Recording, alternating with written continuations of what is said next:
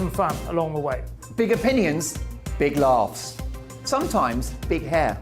This is Headliners, the paper review show that won't send you to sleep like the others will. 11 p.m, 7 nights a week. Join us.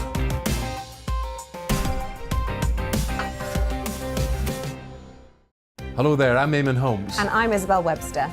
And we hope you can join us for Breakfast with Eamon. And Isabel. You make me laugh out loud, belly laugh. Is that important first thing in the morning? Yeah, absolutely. And there's me trying to be deadly serious. News is a serious business. Yeah, I have to rein you in sometimes. Well, it doesn't stop us laughing at it. It doesn't stop us having an opinion on what's going on. Yeah. And it certainly will not stop us reflecting what you think. Weekdays from 6 to 9:30 on GB News. I'm Dan Wootton. Join me Monday to Thursday from 9 to 11 for the feistiest and most fun news debate on TV, where free speech reigns. I'll bring you a sharp take on the day's biggest stories, bombshell newsmaker interviews, and A-list guests. And I guarantee you, no spin, no bias, no censorship, and no reason to go to bed. That's Dan Wootton Tonight, Monday to Thursdays from 9 on GB News.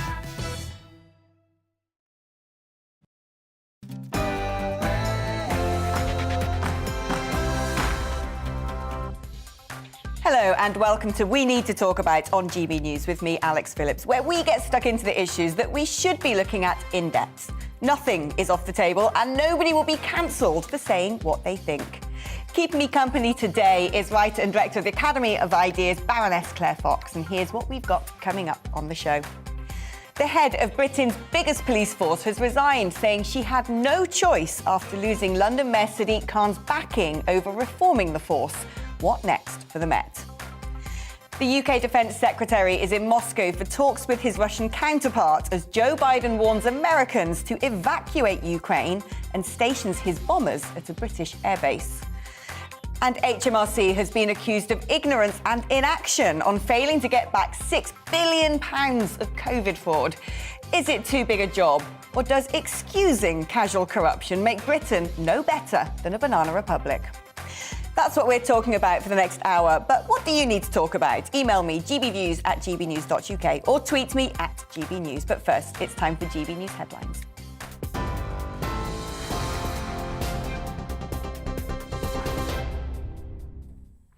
Good afternoon. It's 2:01. I'm Rhiannon Jones in the GB newsroom. The Home Secretary says the next Metropolitan Police Commissioner faces stark challenges. That's as she begins the process of choosing Dame Cressida Dick's replacement. Priti Patel says the culture at the force and the behaviour of its officers needs an overhaul by a new leader.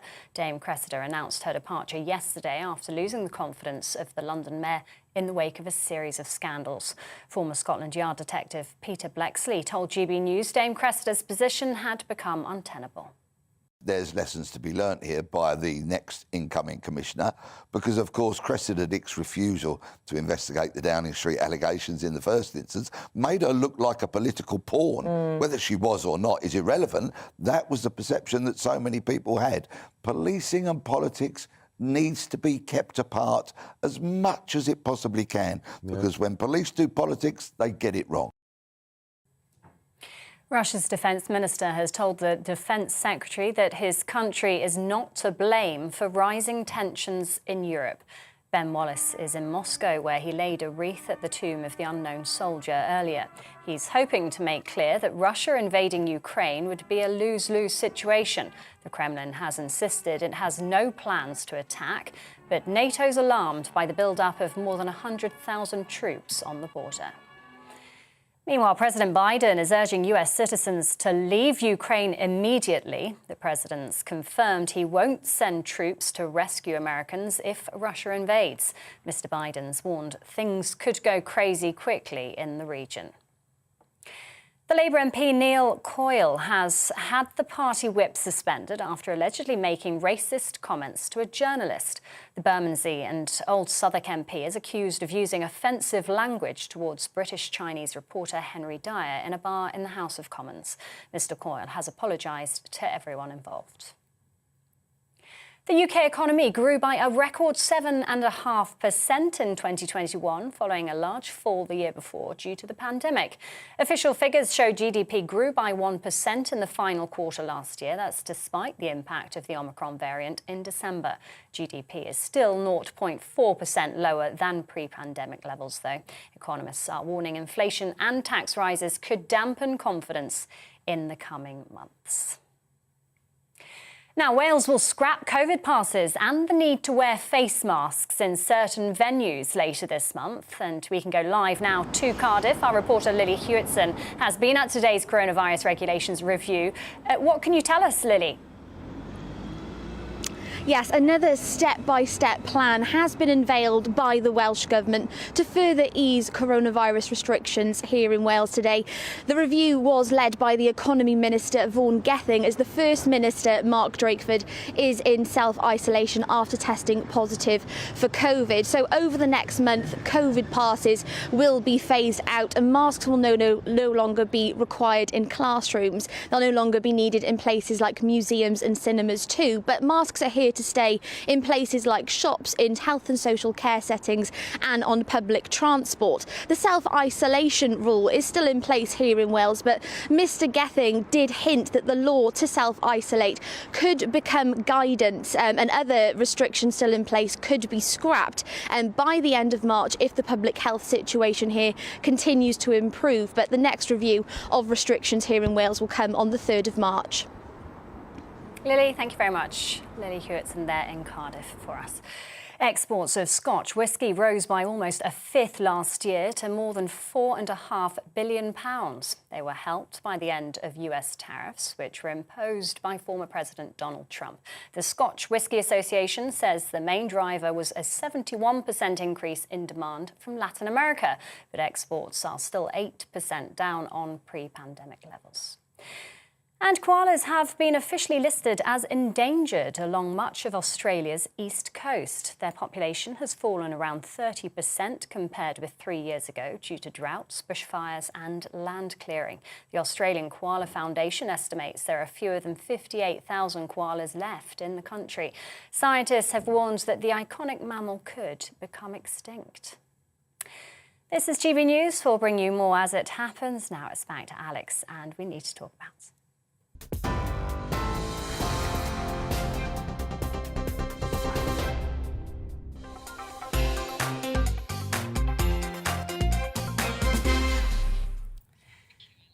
For years, she was accused of focusing on propaganda, not proper policing.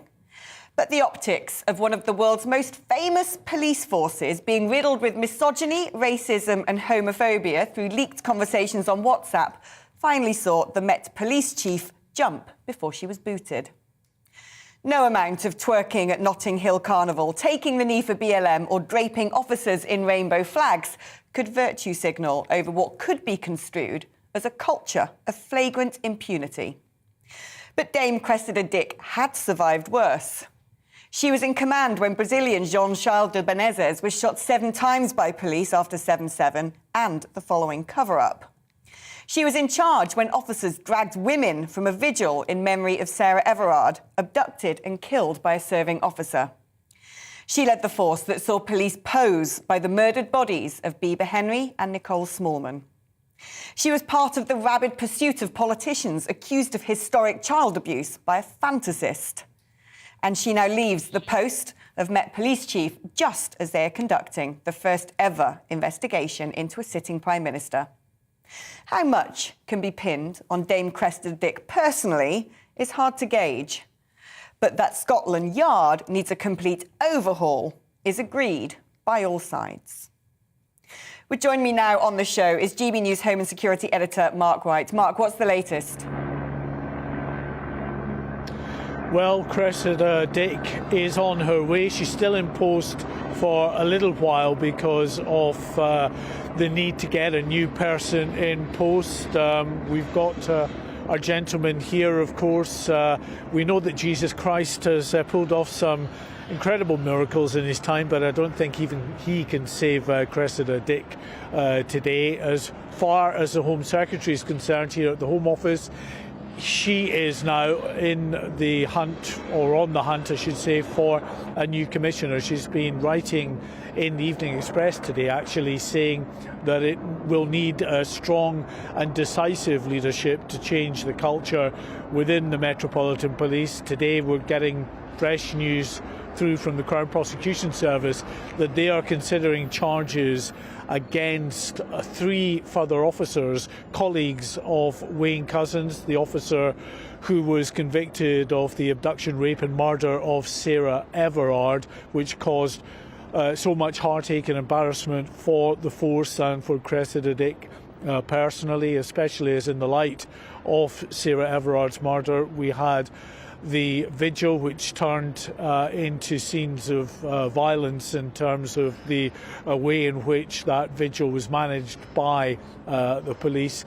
As I say, Priti Patel saying that as far as she is concerned, she is looking for a strong and decisive leader for the Metropolitan Police. It may well take a while to conduct fully that interview process, which will be done in conjunction with the Labour Mayor Sadiq Khan. It was ultimately Sadiq Khan who did for Cressida Dick, failing to give her his backing at the end of the day, though. He said that he was not convinced by the action plan that Cressida Dick had put together with a view to trying to improve things at the Metropolitan Police force in the light of these recent scandals. And as far as he was concerned, he would not give her his confidence. So it was in the light of that Cressida Dick felt that she had no other option other than to tender her resignation. Mark, thank you very much. Let's talk to the director of the Law and Order Foundation and ex-police officer Norman Brennan. Norman, do you think that Cressida resigning was the right thing to do? Well, she had no choice. Cressida Dick became the story. I've followed policing and law and order for 43 years, 31 years as a London officer. So I know about policing, and I also know about pressures put on chief officers of police. Now, London, like any other capital city in the world, has its issues, and it has many issues. We've got diverse issues across London in relation to street robberies, burglaries, terrorism, and all the other crimes you would expect in a major city. And Cressida Dick is at the top of the tree. Some of these incidents are where frontline officers have made mistakes, and very serious mistakes, and at certain times, crimes. Now, the obsession of rushing new recruits through by the Home Office to fit criteria, and the reduction of 4,000 officers 10 years ago by the government cuts, has almost put the Metropolitan Police on life support. It cannot cope. And every incident that comes to light, the national media, mainstream media, blame Cressida Dick. Yes, she is the chief, but there are many people that have made mistakes under her command, which she was not aware of. And I think she's been bullied out of office for no more that she became the story. And she became the story because the national media and those that sadly hate her, I'd use that strong word, have almost won the day. And they've got rid of a pretty good chief of police for the Metropolitan Police. I mean, is the problem here, what we've heard a lot today is people talking about the culture in the Metropolitan Police Force. And frankly, whoever's in charge is going to take a huge shake-up to try and get rid of a culture which may, in fact, just be a product of ever coarsening values in society. Well, the police are the public are the police. We haven't got robo-cops on the streets of London or the streets of Britain that never make a mistake.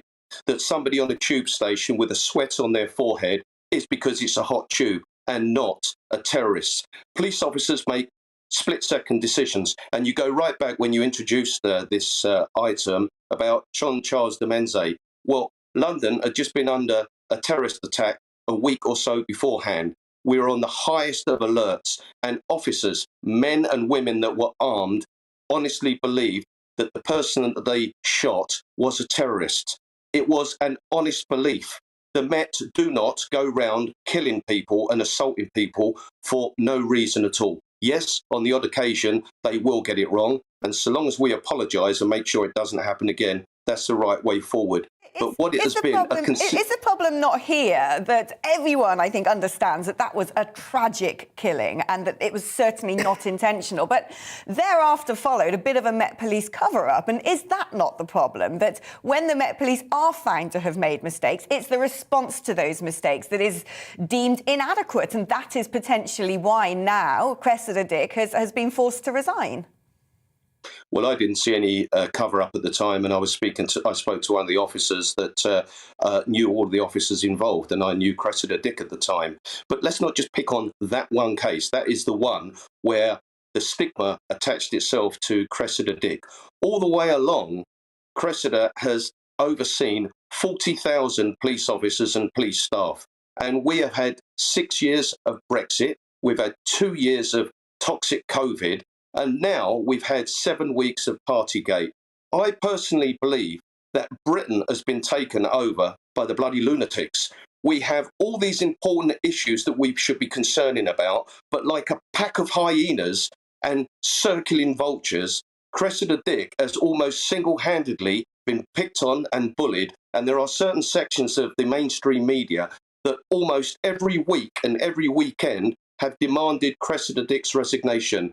Even at the Sarah Everard vigil, and I looked at all the officers' their statements, and I stood 100% behind the Met and Cressida Dick that day when everyone was asking her and demanding her resignation. And I said to the country, I bet you within 10 to 14 days, the Met will be completely exonerated. Within 10 days, the Met was completely exonerated. Listening to your open story and everyone else, including Mark White, I know Mark White anyway, saying about the Everard situation, the Sarah Everard murder, the vigil, Cressida Dick was told by the Prime Minister and also the Home Secretary to police it under COVID regulations. She did that. She did it sensitively by sending female officers there. Then activist groups came along with their loud hailers at a vigil for a murdered woman, started shouting, being belligerent, and the police would either stand by and allow this to happen or try and resolve it. They tried to resolve it, and guess who was to blame? The Metropolitan Police and Cressida Dick. I don't know who is going to take over, but what I will say this, it's a poisoned chalice, and unless you're a poodle, I'm afraid anybody with any backbone will be picked on, just like Cressida Dick was picked on, and a good woman and a good leader of the Metropolitan Police has been forced out. And for what? They're about to do the same or trying to do the same to Boris Johnson. It's a leak, drip, feed into the media, which then causes people into a frenzy.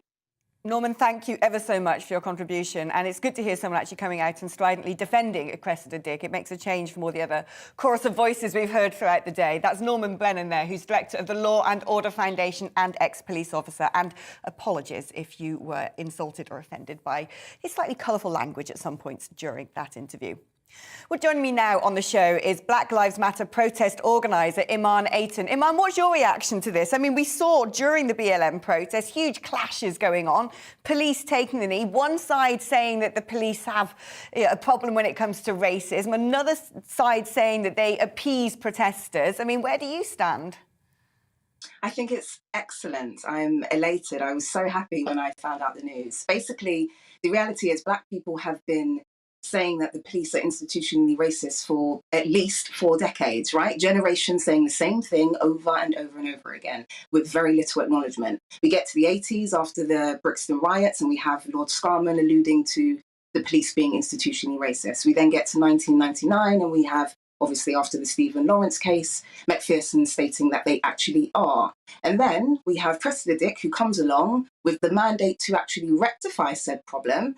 She ends up ultimately spending the next 2 decades actually saying that institutionalized racism is an unhelpful term. And then we fast forward to 2021 and we end up having Boris Johnson, the likes of Tony Sewell and the rest of his team stating that institutionalized racism doesn't exist. So it's been this uphill battle constantly for the Black community in regards to trying to deal with these racial disparities. And what I find particularly ironic is that less than 1 year after this report was published, the police are mired in allegations of racism, homophobia, Islamophobia, sexism, rape culture, domestic violence culture, and corruption. I don't think there's anything more that we can add to the list at this point, Alex. I think we're running out of things. So if Cressida had dealt with that original discrimination and prejudice to begin with, I don't think it would have, festered and throughout the years and branched out into so many different areas, which is what we're seeing now.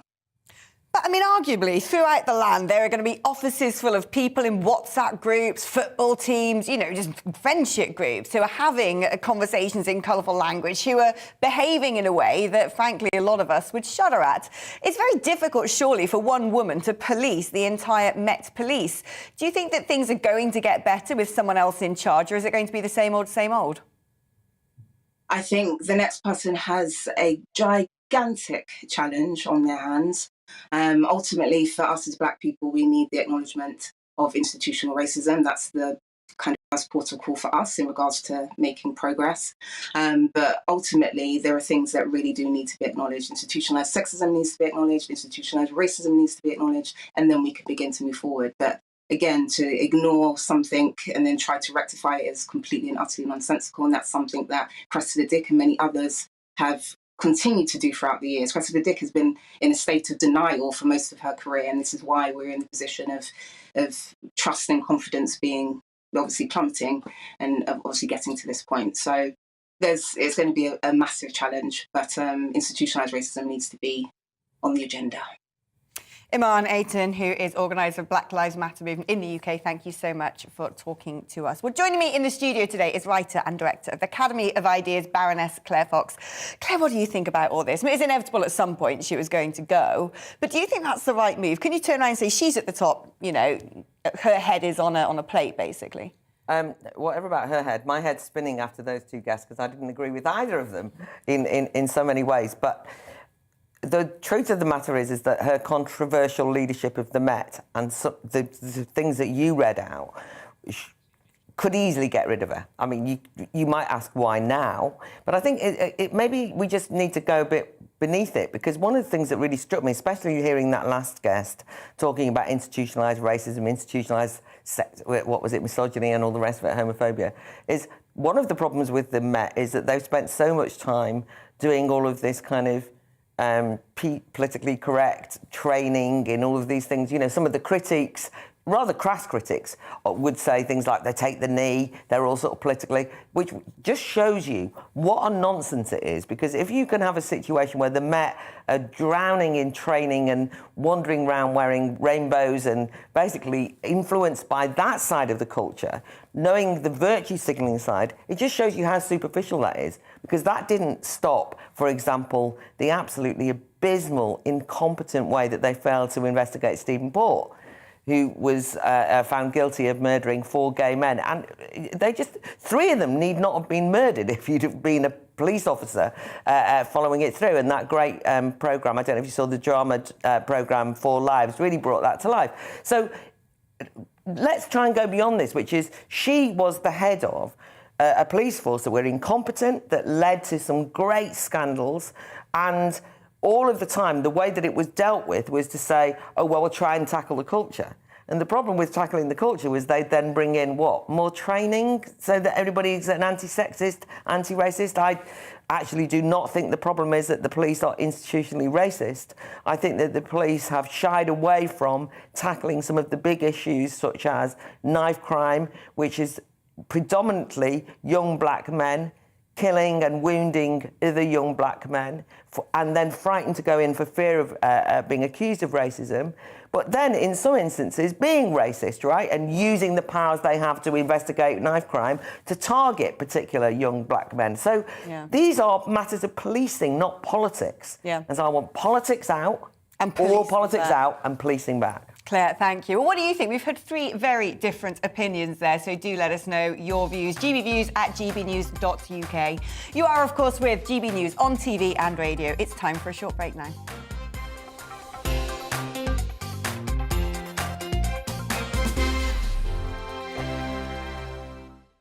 GB News is the UK's home of discussion and debate. From all perspectives. To stay up to date on the latest stories, make sure that you subscribe to the GB News channel right here on YouTube. You can watch us live 24/7 across the whole world. You can also check out exclusive content and catch up on previous episodes of your favourite shows. Every day, we ask the questions that you'd ask, so why not add your voice to the conversation in the comments section? Don't forget to subscribe. We are GB News, Britain's news channel. Every night at 11 on GB News, we bring you the next day's stories the day before. It's basically like time travel. If it's a big story, we'll cover it, guaranteed. But we'll also have some fun along the way. Big opinions, big laughs. Sometimes big hair. This is Headliners, the paper review show that won't send you to sleep like the others will. 11 p.m, 7 nights a week. Join us.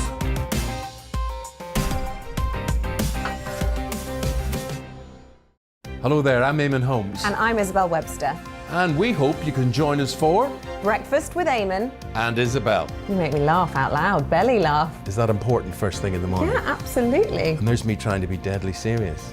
News is a serious business. Yeah, I have to rein you in sometimes. Well, it doesn't stop us laughing at it. It doesn't stop us having an opinion on what's going on. Yeah. And it certainly will not stop us reflecting what you think. Weekdays from 6 to 9:30 on GB News.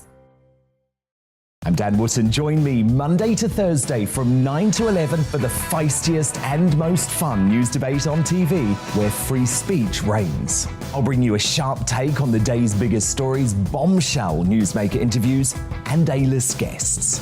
And I guarantee you, no spin, no bias, no censorship, and no reason to go to bed. That's Dan Wootton tonight, Monday to Thursdays from 9 on GB News.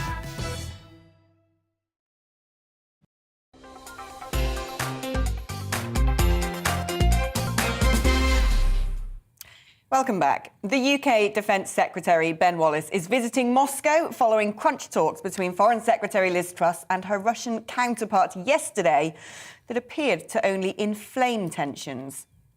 Meanwhile, President Biden has warned Americans to evacuate Ukraine immediately as 2 American Stratofortress bombers arrive at RAF Fairford, the only European US airbase able to accommodate the imposing warplanes built to carry nuclear payloads during the Cold War. Things could go crazy quickly. That is the warning from the White House as a diplomatic solution continues to seem beyond reach in an ongoing standoff between Moscow and the West. Military analysts estimate Russia has now amassed more than 135,000 troops on the borders of Ukraine, with some calculating that if Putin wanted to attack, he could. As Europe appears on the brink of war, will the theatre and power projection turn into actual bloodshed? Well, here's the latest on this developing situation. After many weeks of Russia's military build-up, this is Ukraine's response. Large-scale exercises on its eastern border. It is proof, if any were needed, that despite Russia's obvious military might, a conflict with their neighbour would be no easy win. NATO allies in the region are also continuing to shore up their defences. In Poland, a further 350 Royal Marines have now arrived to bolster the 300 British troops already here as part of the UK's enhanced forward presence. The Prime Minister was here to greet them, demonstrating, he said, the UK's determination to stand by its allies. Boris Johnson said if Russia is truly concerned about NATO's growing presence in Eastern Europe, then their actions in threatening Ukraine are somewhat self-defeating. The West as a whole will strengthen NATO's eastern frontiers rather than the reverse. And I think Putin, the Kremlin, should understand that if they want less NATO on their western borders, as it were, this is entirely the wrong way to go about it. At the Crimean port of Sevastopol, more Russian naval vessels are arriving by the day.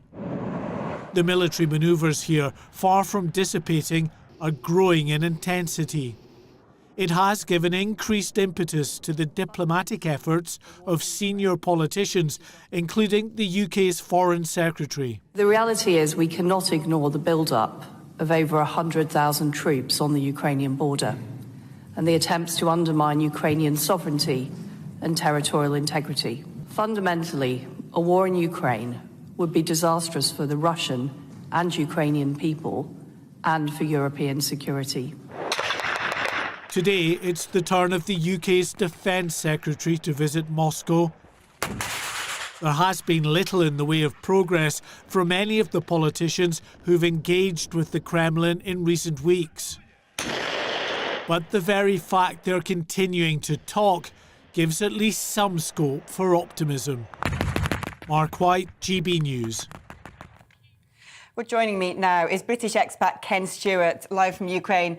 Ken, I mean, we've seen in the West, in the UK, especially media reports, you've got Biden saying that things could go crazy any minute, bombers now stationed in the UK ready for deployment, a continuous conveyor belt, it seems, of European leaders going in and out of Moscow trying to ease tensions.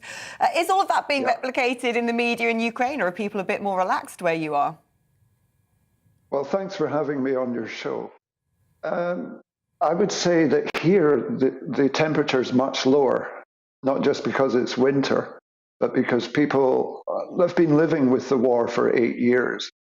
And it's been low level mostly. But a lot of people, and people I know, have come from the east of Ukraine and are actually refugees themselves who moved to the capital, who moved to Kyiv. And so they've been living with this for a long time, and we've been living with it. And the threat has been there many, many times before. Obviously, it's the highest level it's been so far. You know, there's 130,000 troops or something.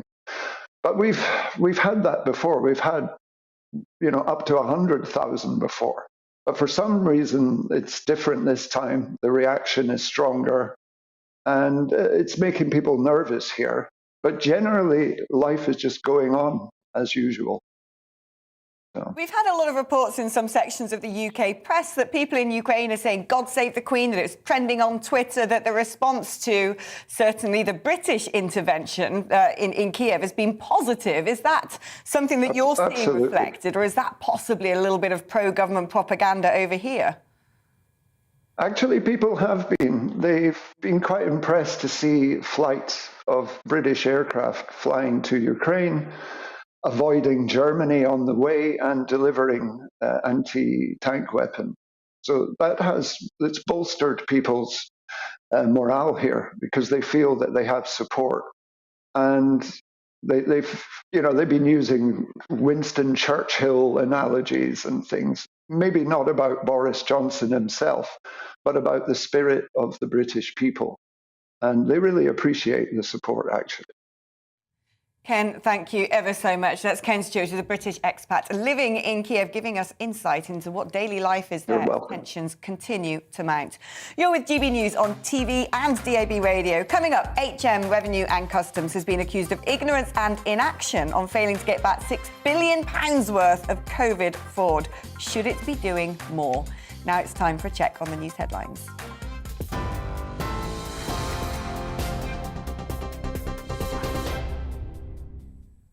It's 2:32. I'm Rhiannon Jones in the GB newsroom. The Home Secretary says the next Metropolitan Police Commissioner faces stark challenges as she begins the process of choosing Dame Cressida Dick's replacement. Priti Patel says the culture at the force and the behaviour of its officers needs an overhaul by a new leader. Dame Cressida announced her departure yesterday after losing the confidence of the London mayor in the wake of a series of scandals. Russia's defence minister has told Ben Wallace that Moscow is not to blame for rising tensions in Europe.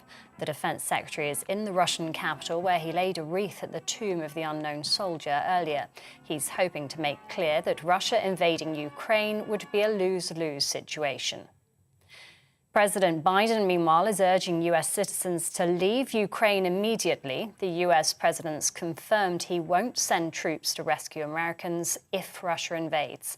Mr. Biden's warned events in the region could escalate quickly. Labour MP Neil Coyle has had the party whip suspended after he allegedly made racist comments to a journalist. The Bermondsey and Old Southwark MP is accused of using offensive language towards British-Chinese reporter Henry Dyer in a bar in the House of Commons. Mr Coyle has apologised to everyone involved for his insensitive comments. Yorkshire County Cricket Club has been told it can host international matches again. The club lost its hosting privileges last year over its handling of racism allegations made by former player Azim Rafiq. The England and Wales Cricket Board says it's impressed with the work done since Lord Patel took over as chair. Spain has dropped its entry requirement for British children over the age of 12 to be fully vaccinated. They'll now only have to provide proof of a recent negative COVID test. Meanwhile, fully vaccinated passengers will no longer need to take a test when arriving in the UK. TV, online and DAB+ radio, this is GB News. We'll bring you a full update at the top of the hour. It's back to Alex and We Need to Talk About in just a moment.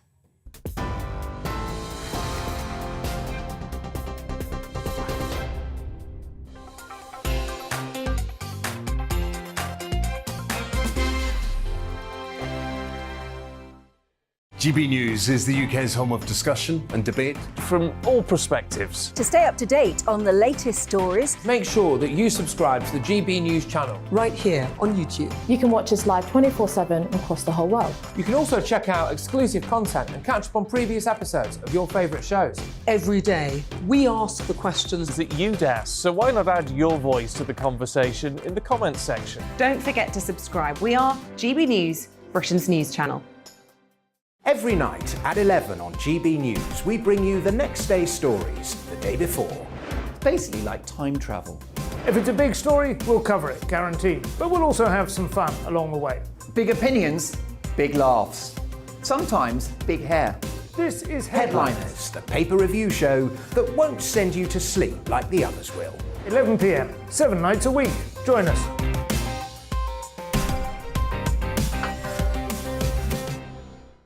Hello there, I'm Eamon Holmes. And I'm Isabel Webster. And we hope you can join us for Breakfast with Eamon and Isabel. You make me laugh out loud, belly laugh. Is that important first thing in the morning? Yeah, absolutely. And there's me trying to be deadly serious. News is a serious business. Yeah, I have to rein you in sometimes. Well, it doesn't stop us laughing at it. It doesn't stop us having an opinion on what's going on. Yeah. And it certainly will not stop us reflecting what you think. Weekdays from 6 to 9:30 on GB News. I'm Dan Wootton. Join me Monday to Thursday from 9 to 11 for the feistiest and most fun news debate on TV, where free speech reigns. I'll bring you a sharp take on the day's biggest stories, bombshell newsmaker interviews, and A-list guests. And I guarantee you, no spin, no bias, no censorship, and no reason to go to bed. That's Dan Wootton tonight, Monday to Thursdays from 9 on GB News.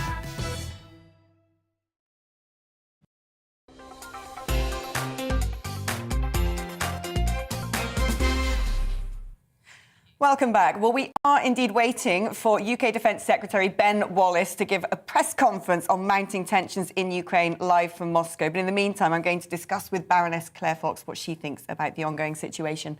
I mean, what do you buy into this? Do you think the West are trumping it up like Russia's saying, or do you think we really do have cause for concern? It's not that I believe what Russia's saying, it's just that even your guest from Kiev made the point.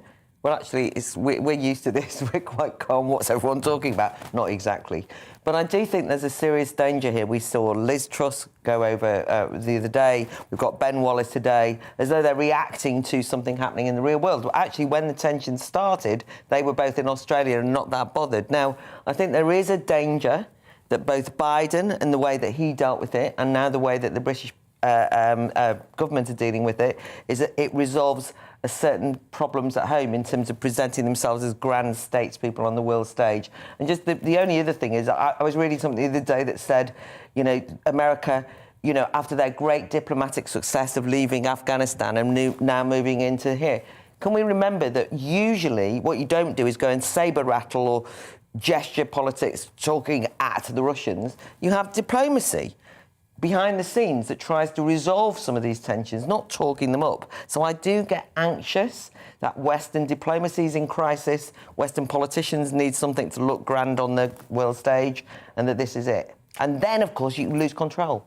I mean, there is a position among some European leaders, certainly Emmanuel Macron, when he went over to Moscow, had very much the attitude of, well, perhaps we should give some time to what Russia's saying and realise that contemporary Russia may have concerns, or at least want to air concerns, and the mature thing to do is to listen to them. But is that appeasing, essentially, a geopolitical bully? Well, of course, that's the way that it can be presented, and I know that people will be saying now, oh, she's being soft on Russia. I actually think that what we should be holding Russia to account for is its absolutely horrendous treatment of dissidents, huge amounts of problems within Russia itself. I think the Ukraine-Russian border question, the question of whether Ukraine should join NATO, the understandable way that Russia would feel about NATO on its border, these are geopolitical matters of subtlety and nuance, which diplomatically people would understand, right? So I'm not suggesting that we do it to be nice to Russia. But it's just that even in your introduction, and you were right, you were quoting people who said, maybe we're about to have war in Europe. It brings up Second World War images, its borders, its big bullies invading. And I'm suggesting that rather than talking up this war, we should be trying to ease tensions. If in some ways you might say, what are we doing there at all? I mean, I think Liz Truss going, we will not tolerate. I think, what are you talking about? I mean, that's not, to me, the way that you have an intervention that's diplomatic and tones down talk of war. I mean, Tom, it is quite fascinating, isn't it? I think there have been more visits from the UK cabinet to Moscow than anywhere else in recent times, and the UK does seem to be very much leading the world on this. And then, of course, that's married up with the photograph we saw of Liz Truss in the fur hat in Red Square, emulating Margaret Thatcher. There are elements here that do look a little bit like the government could be trying to distract from problems at home. I would counter that by saying who has had the most phone calls with Vladimir Putin of any Western leader? It's Emmanuel Macron.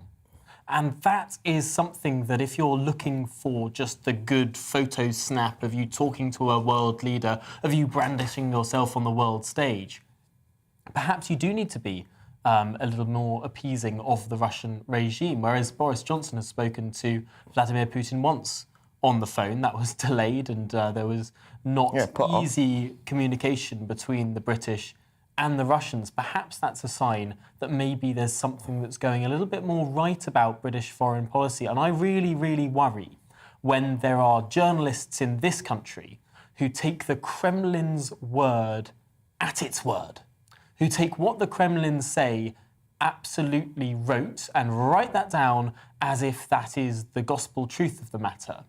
And then when they listen to the British Foreign Office, they treat that with suspicion. It reminds me, actually, of some of these Brexit negotiations of the last 4 years, where they take whatever the European Commission say and think that that is the gospel truth of the matter. And then if the British side said something, they'll take that with a raised eyebrow or a pinch of salt. To some extent, we do need to lend more credence to our own Foreign Office here and treat a hostile foreign power as just that. But I understand entirely what you're saying, but the danger then is that if you try and add in any discussion about the possibility that there is a bit of sabre rattling from the West that's going to get out of hand, well, what John that you get accused of being pro-Russian, and that kind of concerns me. We do need to be careful to define our terms here, because what is being sabre rattling here? No one has been saying that we must expand NATO. This is the idea of Russia, right? This is the Russian narrative that NATO is somehow not a defensive alliance, but an aggressive one. Actually, what we're talking about here is the free choice of countries to join an organisation if they wish to. I'm actually saying as well, and that's why it was interesting that we had a guest on, but this has been a consistent thing. If you go and talk to anybody in Ukraine, and I'm sure that you've got contacts there as well as I have, they will say, look, it's very nice that we've got the support of the UK, it's very nice that we've got the support, but we don't think they're about to invade, right? And all I'm saying is it's presented here. So you're saying don't take the word of. I'm not suggesting that we take the word of Putin. I'm suggesting that we also don't take it necessarily at face value some of what I consider to be talking up the threat to the Ukraine that I don't think even Ukraine has said. Now, the danger with that, and this is what diplomacy is supposed to be about, diplomacy is actually where you do it less in public and it's more behind the scenes and you have conversations. If you're really serious about protecting the Ukraine, I think you don't appease, but what you can do is take a geopolitical look at what's going on. And when you're saying about it, why shouldn't they join NATO, that's all fine. But part of diplomacy, part of a geopolitical grown-up politics is you understand why Russia might be worried that they're joining NATO. Not that you go along with it, but you understand that could cause some tensions. Let's think about this, right? What is interesting here, and I want to put this to both of you, I'll start with you, Tom, is that there is a shifting landscape, isn't there, when it comes to foreign relations? We've seen the EU pushing to have an EU army led by President Macron, which some say would undermine the integrity of NATO. And in fact, we've seen that happening increasingly with Germany, with their economic issues and needing to look eastwards to get their gas, splitting away from maybe Eastern European countries who have Russia on their doorstep, who used to be part of the USSR and are understandably very twitchy about what's going on. And the UK, again, looking transatlantically for where they take a lead in foreign policy. Is this not actually part of what Putin wants to do to the West? To break it up, to balkanise it. I sort of see what you're saying there with different competing interests. However, it is really interesting how if you look at those Balkan states that are members of NATO, the only parts of the world where NATO borders the Russian Federation, those people are being incredibly pro-British and are pleased that we have an aircraft carrier around those waters and are happy that the British have been making a big play in terms of supporting their independence. Because ultimately, what we're talking about here is the principle of self-determination.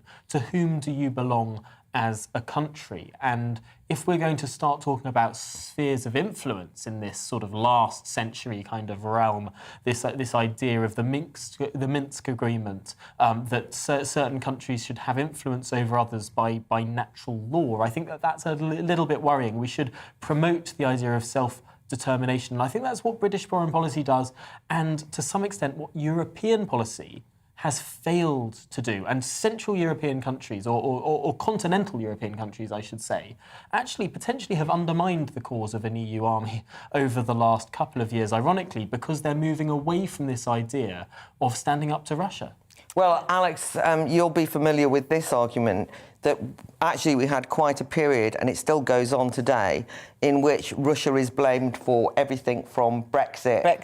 Nobody voted for it. I mean, there's been, you know, I think that you're saying, remember the days of the Brexit negotiations. I also remember the times when, in fact, Russia was the threat. The EU was backing the Ukraine against Russia. Everybody who wanted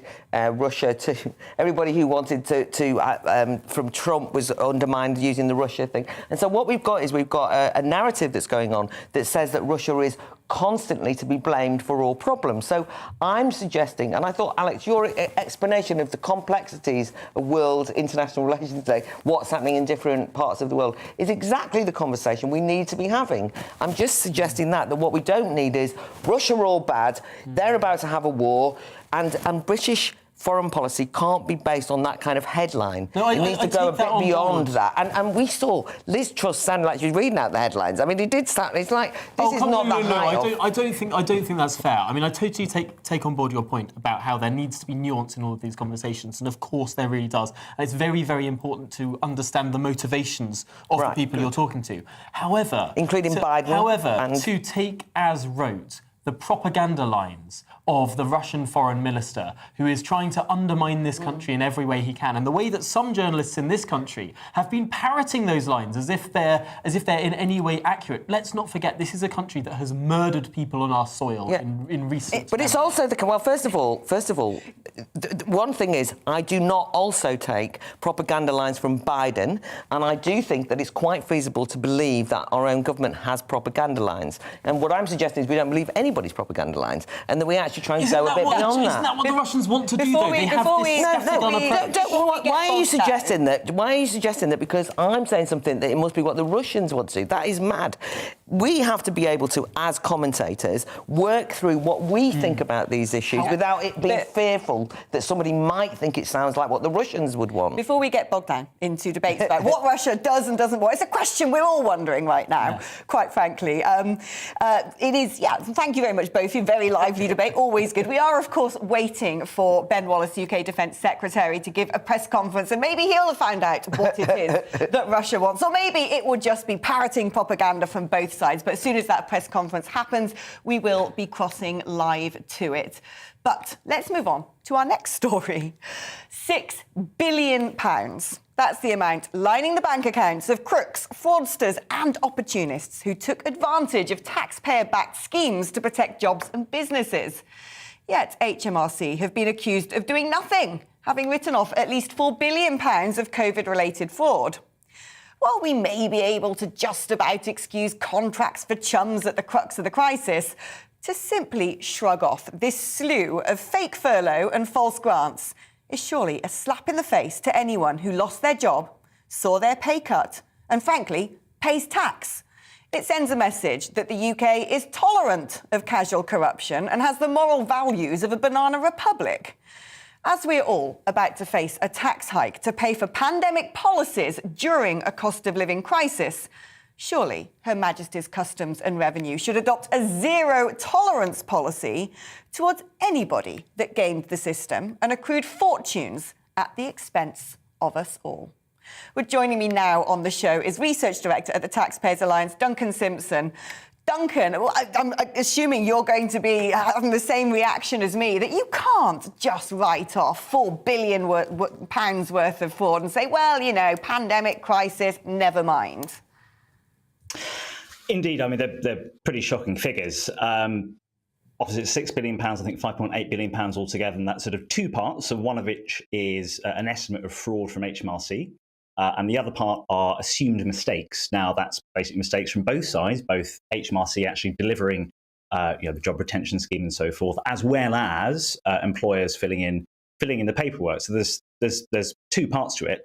But no, indeed, I mean, HMRC does seem relatively lackadaisical in terms of how these schemes have actually been rolled out. There is, I believe, it's called the Taxpayer Protection Task Force, which I think thus far has clawed back about £850 million. I think there is a further estimate of a further billion to come back to HMRC. But as you say, I mean, that figure, that £5.8 billion figure, that's up to March 2021. Where we are now, we don't actually know as yet. I mean, overall, the amount of cash that went out for these schemes was, of course, enormous. I mean, the job retention schemes, furlough scheme, that paid out £70 billion. A similar thing for those who are self-employed was almost £30 billion.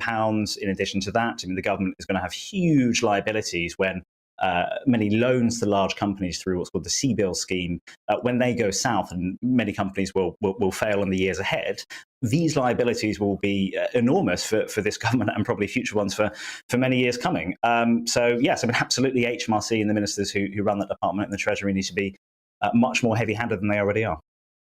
I mean, it sets a dangerous precedent, doesn't it, if they say that this is far too big and complex a job, that the fraud runs into billions of pounds. Some might be, finicky and picking around the edges. Others might be, hundreds of thousands. But the point is surely that if this debt is written off, if this fraud is written off, we're sending out a clear signal that you can dupe the system and get away with it. That's the big fear. I mean, obviously, these schemes are exceptional to deal with exceptional circumstances. I mean, the job retention scheme is basically cooked up in over a weekend and then rolled out nationwide at the beginning of April 2020. So obviously, the Treasury had to work at pace to actually create these schemes in the first place. But agreed. I mean, there are different ways of doing this. I mean, one idea that we had when, as I was saying, that the CBIL scheme, the sort of big loans to companies which are sort of backed by government, for those who are abusing that kind of system, what you could do, for example, is modify the Fraud Act to ensure that there are much more heavy custodial sentences, so up to 10 years. Obviously, that applies for different types of white-collar crime at the moment, but that could apply, for example, to unscrupulous employers who are doing that kind of abuse of the system. So, yes, I mean, the government needs to be pretty heavy-handed. I would venture to add that I think Parliament needs to be much more proactive. Obviously, this is off the back of a Public Accounts Committee report which came out today, which has looked into the work of HMRC. But ministers need to be hauled over the coals through parliamentary select committees to see exactly what they didn't do. I would also venture to say that quite a few officials who are in HMRC, either currently or previously, probably should find themselves out of a job pretty soon if they've shown clear negligence, which seems to be the case. So those are two different measures which the government could be looking into. But no, indeed, I think it creates a big moral hazard as and when, if the government or future governments were to do something akin to this, be it a pandemic or otherwise, that there is an opportunity for fraud to keep happening. Duncan Simpson from the Taxpayers Alliance, thank you ever so much. In response to the criticism, HM Revenue and Customs says nothing had been written off. A spokesperson gave the following statement. While we acknowledge lessons need to be learned in this report, we reject many of the statements made by the PAC. No fraudulent payments have been written off, and we are taking action on multiple fronts to recover overpayments. They added, the vast majority of payments in the schemes were made correctly to employers, and most error and fraud was legitimate claimants making mistakes or inflating their claims, often small amounts per case. Claire, what do you think of this? I actually know people personally who I have fessed up to basically gaming the system and taking money when frankly they shouldn't. I know people on furlough who took on second jobs. It seems deeply unfair, and my view, as you heard, is absolutely smack down on this. So it's interesting because in the House of Lords, Lord Agnew at the dispatch box, a Conservative minister who was in charge of this, actually resigned and gave a very passionate speech. And one of the points that he made, which I thought was fascinating, was he said he all along could see the different ways that this was not being tackled by HMRC, and he had ideas for how they could solve it. And he kept going to the Treasury or go to HMRC and say, look, why don't we do this? Why don't we? And after months of him being ignored, he resigned. And that was kind of a bit of a headline that got drowned out by Partygate. And I've made the point all the way through, this is a greater scandal than any amount of alcohol being drunk at number 10. And so I actually think that although they can say, well, no, we're not writing it off, he, the minister in charge of it, actually said, I'm resigning because you have. And the point that you make, it's not even, I mean, I can understand even when people were furloughed and they took on second jobs. I mean, half the time it was like out of boredom, as far as I can see, a bit of extra money, a few people I know. But there were actually big amounts as well. And it's just the way that they just dismiss it as not pursuable that I think is very dangerous. But I think there's incompetence we talked about in the police force before. There's been incompetence with work-at-home civil servants who have basically let this slip. And I don't think we're going to see a lot of that money, but we should. I agree with you. Baroness Claire Fox, thank you so much for joining me today and contributing to all the conversations we've had, some of them quite lively. It's been rather enjoyable. We are, of course, still waiting for UK Defence Secretary Ben Wallace to give his press conference alongside his counterpart from Moscow. It's due to happen at 2:30. We're waiting on tenterhooks to see what's said, and we'll be going live to that as soon as they are behind podiums. That's all I've got time for this week on We Need to Talk About on GB News. I'm back, same time, same place, from 2 o'clock on Monday next week. Coming up next, of course, it's the briefing with Arlene Foster. First, it's time for the weather forecast, and it's bye-bye from me. Have a wonderful weekend. Hello, I'm Aidan McGivern from the Met Office. It's a fine Friday for most of us. Sunny spells, particularly in the east, turning cloudy in the west, with rain for some later. That's the first of some fairly unsettled weather arriving for the weekend. You can see it stretching out there in the Atlantic, but ahead of all of that, a ridge of high pressure. That's led to a cold start to the day in many places. A widespread frost, but beautiful blue skies for much of the afternoon for many, particularly in the east and for some central areas also, the sunshine clinging on. But towards the west, the clouds do tend to gather and it does turn a bit more breezy for Northern Ireland and Western Scotland by the end of the afternoon. A cold feel to the day, but pleasant enough in any sunshine, 8 or 9 Celsius fairly widely. And then into the evening, you can see the start of that unsettled weather pushing into Northern Ireland, Northern and Western Scotland. Snow initially over the higher ground of Scotland, Northern England, before it turns to rain more widely. Scotland, Northern Ireland seeing showers replace the rain by the end of the night, but the rain turning up by then into northwest England, West Wales as well. Now, with the cloud and the rain arriving, it's a generally frost-free night. A touch of frost possible in the east before the rain arrives, and then it turns milder as we go into the morning. And it's a bright start for East Anglia, for parts of the Midlands and the South East. Breezy here, but elsewhere, outbreaks of rain. Showery for Scotland and Northern Ireland, but for Northern and Western England, much of Wales, the rain heavy and persistent at times. Nevertheless, a slightly milder day. You won't feel it, though, with that wind blowing, particularly around Irish Sea coast, where we'll see gales in exposed locations, and that wet weather just slowly sinks south during Saturday evening, easing for a time, but more rain to come on Sunday widely across England, Wales, central and southern Scotland, as well as Northern Ireland. Turns milder, but it will be windy.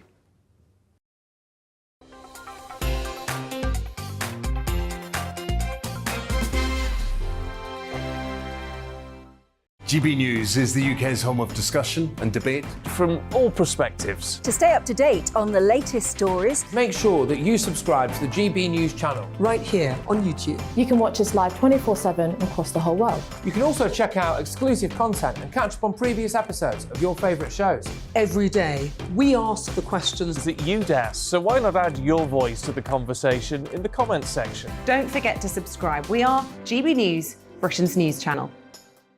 Every night at 11 on GB News, we bring you the next day's stories the day before. It's basically like time travel. If it's a big story, we'll cover it, guaranteed. But we'll also have some fun along the way. Big opinions, big laughs. Sometimes big hair. This is Headliners, the paper review show that won't send you to sleep like the others will. 11 p.m, 7 nights a week. Join us.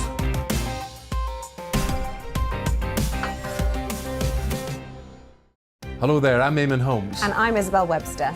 And we hope you can join us for Breakfast with Eamon. And Isabel. You make me laugh out loud, belly laugh. Is that important first thing in the morning? Yeah, absolutely. And there's me trying to be deadly serious. News is a serious business. Yeah, I have to rein you in